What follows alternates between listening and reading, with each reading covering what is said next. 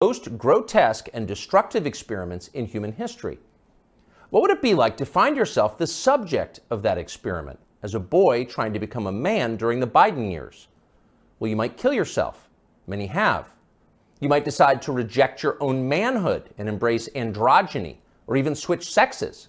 Girls are better? Fine, I'll become one. Or more likely, you might simply withdraw into porn and weed and video games and give up on your life before it's begun. You might retire at 19, a less dramatic form of suicide. All around us, this is happening. Noticing it is forbidden, but that does not make it any less real. So it's probably not surprising that Andrew Tate was the most Googled man in the world last year. He offers a different vision.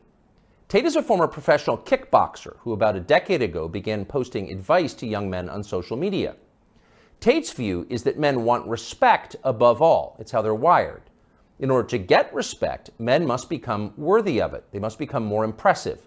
Wake up early, work as hard as you can, stay sober, find God, keep yourself physically fit, don't complain. That's his worldview. Earlier generations of Western leaders might have found parts of Tate's message inspiring. Now it's seen as a threat. The media treated him like a criminal up until the day he was officially classified as one. Just after Christmas last year, Tate and his brother Tristan were arrested and thrown into prison in Romania, where they live. The Tates were held without charges for 3 months, very likely with the encouragement of the British and American governments. In June, they were charged with human trafficking. They're now under house arrest until their trial. Are the Tates guilty of human trafficking? We're not their lawyers, but it's worth noting that as of today, not a single woman has come forward to say that she was kidnapped or imprisoned or moved across international borders against her will by Andrew or Tristan Tate. It's also true that in some ways, the charges against the Tates seem inevitable, like they were always going to happen. Accusing a man of a sex crime is the fastest possible way to discredit what he's saying. Days after WikiLeaks revealed that the US government had been spying on its allies and lying about it, Julian Assange was arrested in London for rape. 9 years later, prosecutors dropped the case against Assange for lack of evidence, though somehow that fact was not as widely covered. Is that what's happening here? Again, we don't know. Jeffrey Epstein's dinner partners insist that Andrew Tate is a pervert and a criminal. Maybe they're telling the truth. Either way, we think Tate's views about men very much deserve a hearing. So we flew to Romania to talk to him. We're posting the entire interview here on Twitter because we've been assured it will not be taken down for ideological reasons, as so much of his content has been. The video is long, but if you can, take the time to watch it. Make up your own mind about Andrew Tate. Here it is. So what are you charged with? That's a really good question. I'm charged with being the head of an organized criminal group, which is in charge of recruiting girls to make TikTok videos to steal the money from the TikTok views. Recruiting girls to make TikTok videos and stealing the money. So it's really a financial crime? It looks that way. And it's very interesting because the girls who they've identified to add to the file are saying that we're not victims of anything and this isn't true. But the state believes it's true. And the state thinks that I, as a 35-year-old man, woke up. I was already extremely financially successful. I was already a father. I was already very well known. I had no financial motivation. I have no criminal record. It's not my personality profile, but I woke up at the age of 35 and decided to make girls do TikTok to enrich myself with the pennies that I would earn from TikTok views. So in the United States, I think the belief is that you were charged with human trafficking. Yeah, that's human trafficking because what you do is you force a girl to work against her will for financial gain. That's human trafficking. And their justification for this is that girls do TikTok. Some girls I know who they found who say they're not victims have TikTok accounts. How do you force someone to do TikTok videos? I guess the prosecutor is going to have to explain that, isn't he? It's a very interesting scenario I'm in, and I'm inside of Romania, so I have to show a degree of respect to the Romanian judicial system. And I have to show a degree of respect to the situation I'm in. But the overall charge is that there's an organized criminal group. There's a group of us. I'm the head of it. My brother is below me. And we use the lover boy method to convince women to do TikTok videos to make money so that we can steal the TikTok money. So there's no, just to be clear, you are not accused of pandering, of pimping, of forcing women to have sex with anybody. No, not forcing them to have sex, not restraining their movement, not stopping them from living a full life, but the fact that we are somehow convincing them to have TikTok. Very interesting. I don't think... But there's no actual... I'm asking you this because I do think it's a widespread belief that you were accused of pimping. Yeah, no, that's nothing to do with any of this case. Absolutely nothing. And it's kind of scary because the crime in itself of human trafficking is a unique one because they can ignore the statement of the victim. So the girls have come forward and said, this is insane. You've just picked us because we're near Andrew and we're his friends. But the whole idea of the crime is they can say that she's brainwashed, right? She's under duress. So you can ignore her statement. State says she's a victim regardless of the fact that she says she's not a victim. So it's very interesting because the difference between sex and rape is consent, right? Right. But they remove all of that. They're like, nope, you're a victim. No matter what you say, we're deciding you're a victim. And they've chosen them. And of course, these girls do nothing pornographic. They've never had sex with anyone, nothing to do with that. So they've picked TikTok. So it's scary. Imagine you're a full-grown man anywhere in the world today. They can find two girls who have TikTok on their phone, which is every single female on the planet, and they can accuse you of forcing them to take the TikTok money. And even if the girls say they didn't do that, this isn't true, then you're still a human trafficker. But force, what does that consist of? Forcing someone to do something? Are they accusing you of using violence or? No, they're accusing me, and this is the thing, they're accusing me of using the lover boy method, coercing them by being nice. And by the way, these charges presumably are public, so... They're public, and this is extremely serious, but if you actually analyze the overall case against me, they're saying that Andrew and his brother, by being nice men, convinced girls to have TikTok accounts and then take the money. And it's very interesting because inside of the entire case file, there's not a single financial transaction to us for money. What are the penalties? They're extremely severe, 5 to 10 years in jail. And I've already served, coming up now, 7 months in a form of jail. They can only hold So you are essentially incarcerated right now. Absolutely, I'm on house arrest, and that counts as jail. You can only be held 6 months without charge. I was initially picked up, thrown in a cell without charge, and I think the intention of the entire investigation at that point was to find the crime because they had very, very weak evidence. They contacted 2,000 people who know me or knew me. They tried very hard to convince some female somewhere to come forward and say something bad about me. The media machine, which works hands in hands with the justice machine, as you know very well, did exactly that. In fact, they offered bribes effectively. They'd call up ex-girlfriends and say, if you have anything bad to say about Andrew, we can pay you $50,000 for the story. And they tried very hard. They didn't find any evidence of anything. They then released me on house arrest, and then 2 days before the legal limit in which they had to drop everything, they charged me with whatever they had from the beginning, which is very little. And now we have to wait for the Romanian judicial system to analyze the file and, God willing, throw it away. How long did you spend in jail? I was in jail for 92 days in a Romanian jail cell. What was that like? It was certainly an interesting experience. I won't lie and say it was easy. It was certainly very difficult. The uncertainty of it.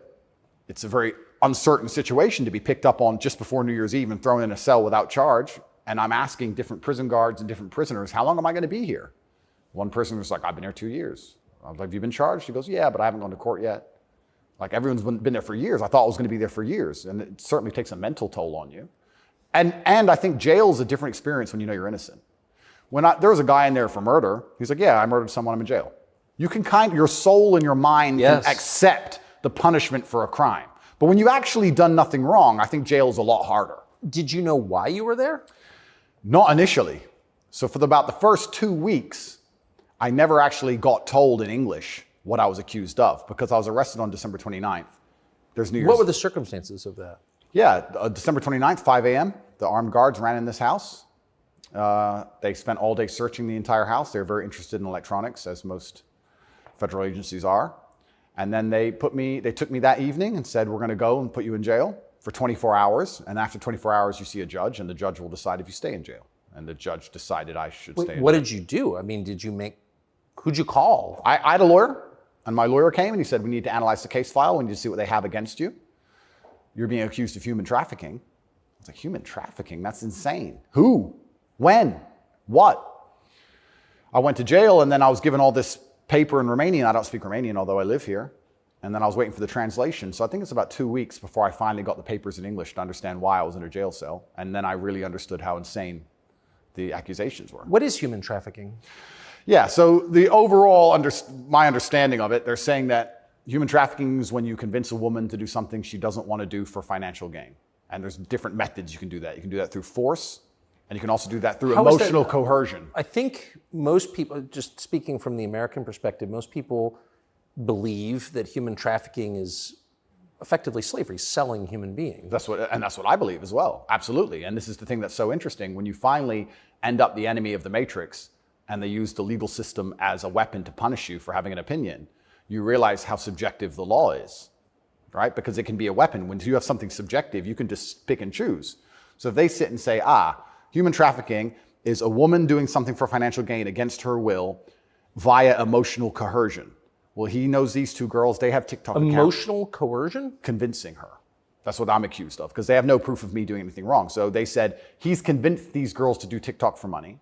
The girls have said, this is not true. And the state is denying their statement, saying, no, you're brainwashed. It is true.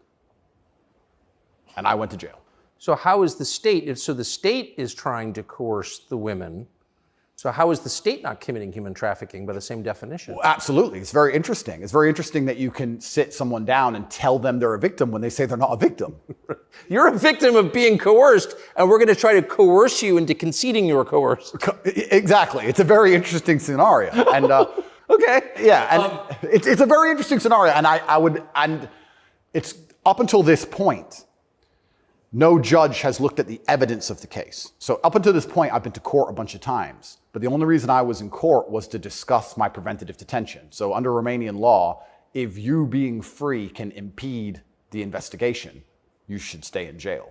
So the judge agreed that, yeah, maybe if he's free, he can damage this investigation because they're trying very hard to get something on this guy. So I've done a bunch of jail time.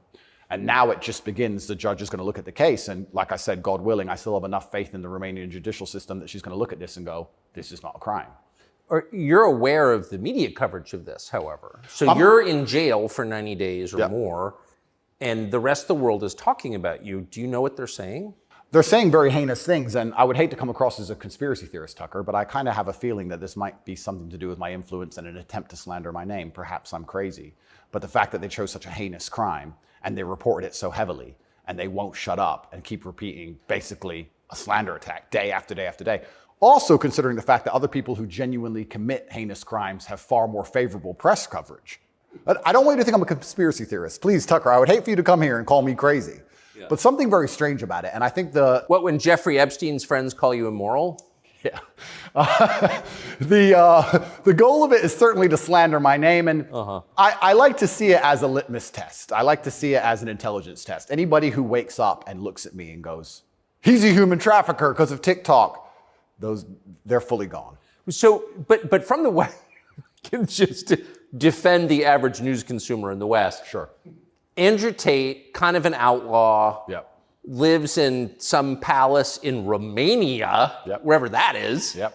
And Romania sounds like the kind of place where human trafficking is like the main industry. A lot of it happens here. That's what's so crazy about it, right? What's so crazy is if they really wanted to find a human trafficker, I think they could probably do it quite easily. But they managed to get me. That's certainly the perception. But it's one of those charges that kind of sells itself. Oh, absolutely. And it doesn't matter if you're found guilty or not, right? You're a human trafficker forever. And but I do think that public consciousness is changing. I think with things like there's been some very large court cases recently involving some very famous people in which women were caught lying, trying to slander men's names for rape and these kinds of things. And I don't think people believe it anymore. But that scares me to a degree because I think that the typical weapon, the standardized playbook is now failing, and I don't know what the new playbook's going to be. It's almost like better the devil you know. That you're too famous, you're too successful, we don't like you. Call him a rapist or a human trafficker, put him all over the news, slander his name, try and wreck his life. Now that nobody believes it, what's the next move? What are they going to try next? Wouldn't it just have been easier to commit like a massive financial crime and defraud people of billions, come up with like a fake cryptocurrency, call it like, I don't know, FTX, or just give a name to it. Yep, something random. You know, steal billions and get your parents involved and buy a bunch of real estate in the Bahamas, and then like you'd be sort of a hero, right? Oh, absolutely. And I would have certainly made a lot more money than TikTok, because I don't think TikTok even pays you for views. And if it certainly does, I never got a single transaction from it. So it's a very interesting scenario. But if I was accused of a financial crime, my name would not be slandered. So No, of course. Well, of course not. You have the presumption of innocence. So just back to the jail thing. So you're in with your brother. At the beginning, I was not, but towards the end, I was, yeah. What did you do all day? It's a good question. I looked at the wall, stared at the wall, smoked cigarettes, lots of push-ups, read the Quran. You smoked cigarettes, did push-ups, and read the Quran. Basically, yes. And certainly had some introspective moments. Tried my best to get out, tried my best to via my small phone calls, understand what's happening in the outside world.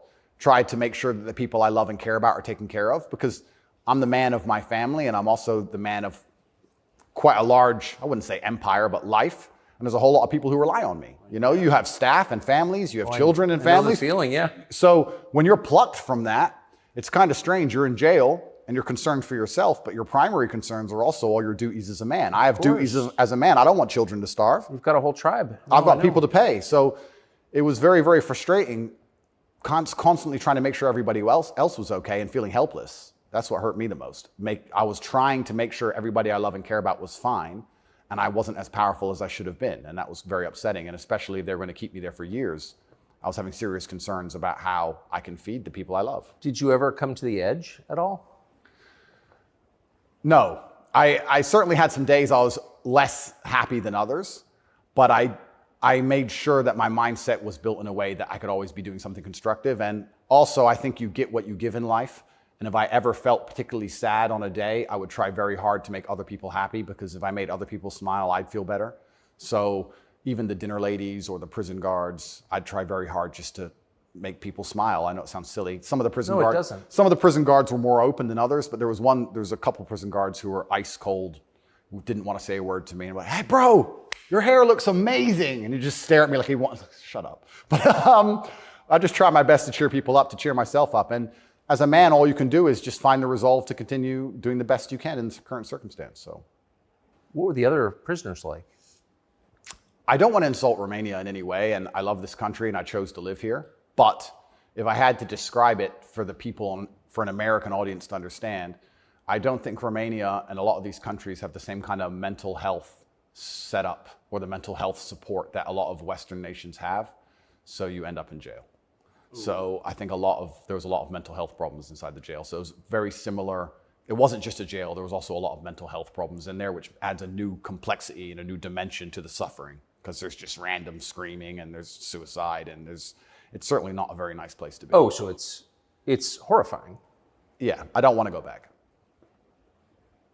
You hear the phrase Romanian prison and it sounds tough. So it was what you would imagine. It is. And when this process is over, there's a lot more I will say, but I will say the staff were very nice to me, and I want to make this clear. I want to make it very clear that all the staff in the jail were very professional and very nice to me. I would almost say that they believed I was innocent and they understood that I didn't belong there.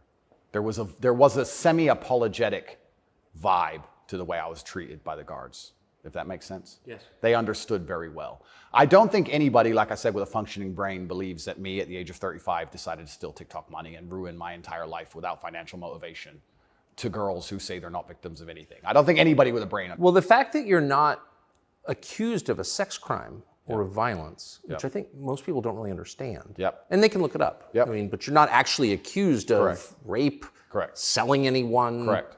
Pimping. Correct. Okay. That right there raises a lot of questions. Well, yeah, and this is the thing that's so interesting, because I'm accused of using a method of human trafficking called the lover boy method. So how that would traditionally work is a man would meet a girl, become her boyfriend, take her to another country, turn her into a prostitute, say I love you, like pimping. Of course. But they're saying, because all my conversations with these girls are very nice, they're saying that I used the lover boy method to convince them to do TikTok. And once again, I never made a penny from TikTok, and I have no interest in girls' TikTok's accounts, and I've never made any money from TikTok in my life. So that raises the question. So that right there, I think, I mean, we can let people assess. I'm not, an expert on the Romanian legal code, but that's kind of not the impression that most people have. Okay? And that's the media who have made that the media have tried very hard to do that. And if I had to estimate, I think that the overall intention was just to throw me in a cell, use the media machine to drum up something real. I think that's what the goal was. So, but what's the, and I believe that, it seems, I mean, obviously. Yeah. One thing, I've never been to Romania before, and one thing I'm struck by is the American presence here. Oh, it's massive. Fully understand that. So there are 3 NATO bases here. Yep. Now. They're bustling because of the war in Ukraine. Yep. One's on the Black Sea, Yep. right below Crimea. So this is strategically important, this country, to NATO. Absolutely. And so this is a lot less far away than I realized. It's much more American influenced. Oh, absolutely. Do you think that played a role? Yeah, well, I think, and I don't want to get this incorrect, I think it's the 2nd or 3rd biggest U.S. embassy in the world. The U.S. embassy here looks like a prison. It's huge. They've got a huge embassy here. And even during Ceausescu, during the communism days, Romania was an ally of the West, even during communism. Yes. So, yes. Ceausescu came to New York. Yes, that's right, yeah. So Romania and America have been very good friends for a very long time.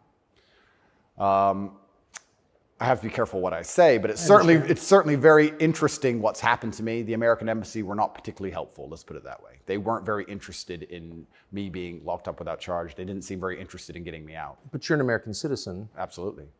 And so you're an American passport holder. correct.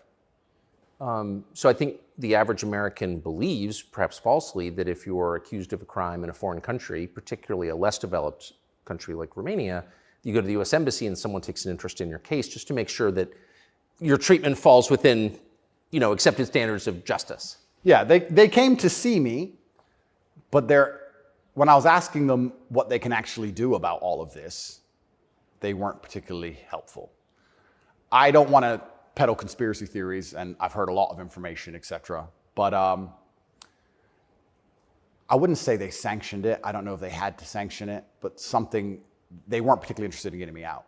But at least they came to see me more than once. I mean, they kind of pretended to care. The UK embassy didn't even pretend to care. The UK embassy was, I really think they enjoyed it. They didn't. And you're a British subject as well? Correct. And this is the kind of thing, and I want to say this here, that's kind of frustrating for me, because Romania is my home now for 7 years, but I'm half British, half American originally. And when something like this happens to you, you have this longing for home. You kind of want to go home. When you end up in a jail in a country where, even though you've lived for a long time, you don't speak the language, you don't understand the legal system, going to court in a foreign language is far more intimidating than in your own language. I can imagine. You don't have a clue what's being said. You don't understand how anything works.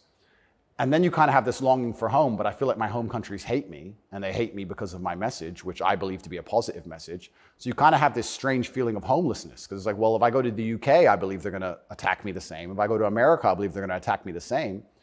So where do you go? It's kind of scary.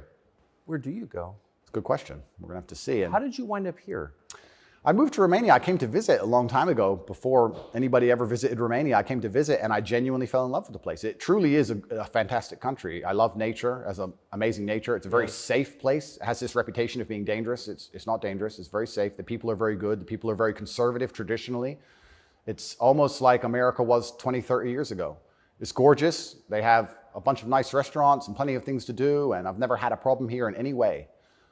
Never had any issue with the law or with the other side, criminals, nothing, until this came out of nowhere. So it's been very strange. So what is it about your message, do you think, that infuriates certain people?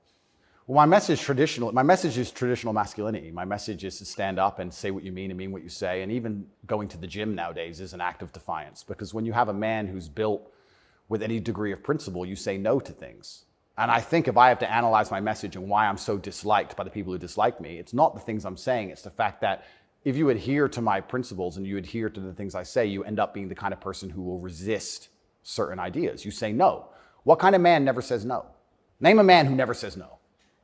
Men say no, right? Men wake up and say, no, I don't think that should be done this way. No, my children will not be taught that. It's no. the father's primary job. Absolutely. So when you say to men, listen, you're allowed to have an opinion. You're allowed to have standards. You're allowed to have boundaries and barriers. You're allowed to get up and become important and work hard and try hard and become the kind of man who can't be controlled.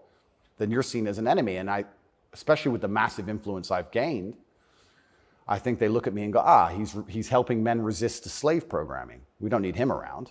We need to empty their brains so we can inject the slave programming and convince men to be eunuchs. Because once you're eunuched, then you're not a threat. I think I buy that.